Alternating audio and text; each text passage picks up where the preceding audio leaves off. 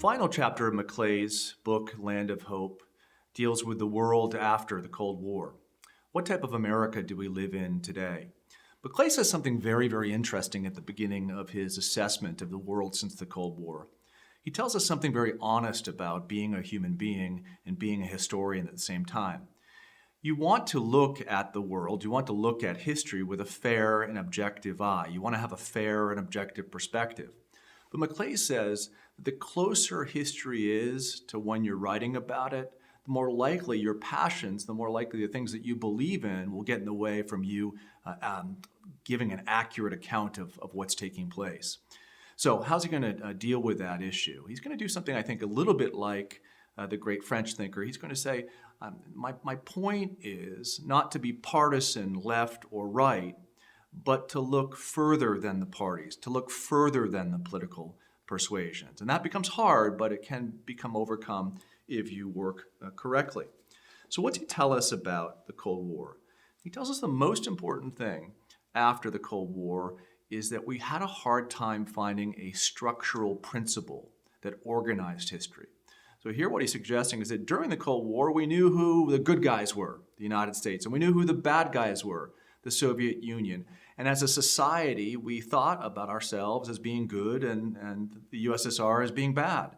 We thought about capitalism as being good and communism as being bad.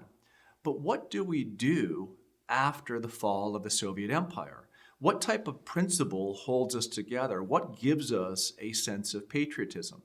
Well, here two ideas spring forward. One, that perhaps we can lead the world and create a new world order throughout the world. But then the second is perhaps this is a time for retrenchment. We can go back and we can tend to our own business. We can work on American society. Here we have been for 100 years, been fighting wars throughout the world.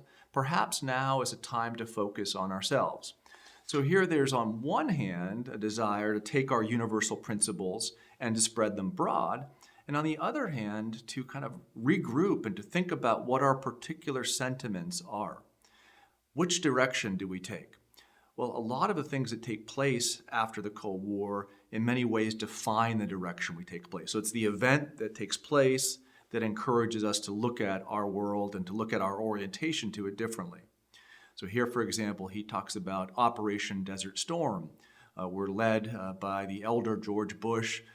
The United States turns back Saddam Hussein and Iraq after its invasion of Kuwait. A second important historical moment post-Cold War, 9/11. Once again, the Middle East is brought into picture, brought into focus, and the question becomes, are we to punish those who have flown planes into our buildings, or can we defeat terrorism? Ought we to want to defeat terrorism throughout the world? So is it a question of taking care of our own society and rebuffing the aggressor, or is it a question of taking our universal principle of liberty and democracy and spreading it abroad? Now, there's going to be an argument within American society, McClay argues, between those who advocate one of these two ways. And that argument leads to a great dysfunction in American society in the 1990s and the 2000s, even though this period is marked by great economic prosperity. The one thing that McClay sees is that the divide between Americans continues to grow as we lack this central defining principle, which is where he leaves off his history. The greatest challenge that American society faces in the 21st century, McClay argues, is a challenge of whether or not it's going to be able to overcome its divide. And he says something here at the end where we cannot have a patriotism that is overly individualistic. We cannot have a patriotism that's based upon a blood and soil tribalism, nor can we have a patriotism that's based upon a globalist dream. We need to realize and try to figure out a way how to balance our love of our particular self and the love of our universal ideals that we would want shared with other people.